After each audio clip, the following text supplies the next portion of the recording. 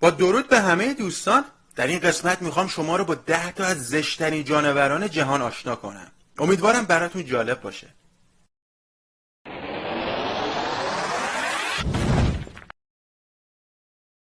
شماره 10 میمون دماغ دراز.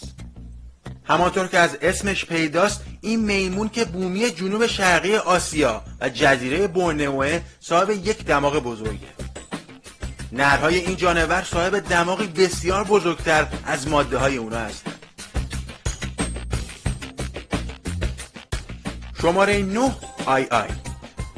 اگر فیلم انیمیشن ماداگاسکار رو دیده باشید میفهمید که این شخصیت کارتونی از کجا اومده. آی آی بومی ماداگاسکاره. این حیوان یک انگشت بلند داره که با اون به پوست درخت‌ها ضربه میزنه و از کرم‌ها و حشرات زیر پوست درختانه تغذیه میکنه. شماره 8 وزغ حفار مکزیکی. این وزغ دست و پای کوچیکی داره و یک خط و نقطه‌های قرمز بر روی بدنش هستن. احتمال دیدن این وزغ در طبیعت بسیار کمه، چون اونا بیشتر وقت خودشون رو زیر خاک و زمین‌های مرطوب سپری میکنن. شماره 7 خفاش نعل دماغ. اگر از خفاش‌های معمولی خوشتون نمیاد و یا میترسید، یک نفس عمیق بکشید، چون خفاش نعل دماغ از اونا وحشتناک‌تره. این خفاش در مناطق گرمسیر جنوب اروپا، آفریقا، آسیا و البته استرالیا زندگی میکنه. شماره 6 عنکبوت‌های گود.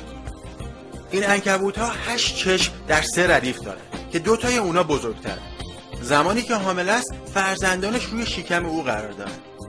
اگر این عنکبوت در موقع حاملگی کشته بشه، صدها عنکبوت کوچک از شکم او آزاد شده و به هر طرف فرار میکنه. شماره 5 قلابچه ماهی.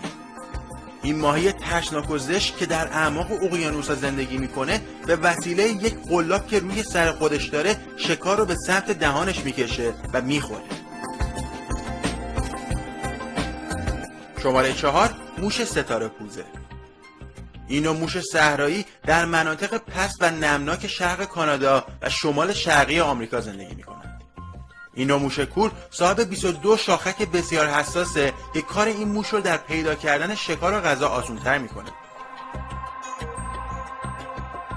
شماره 3 پلید ماهی. این ماهی زشت عنوان قلدر دریاها رو داره.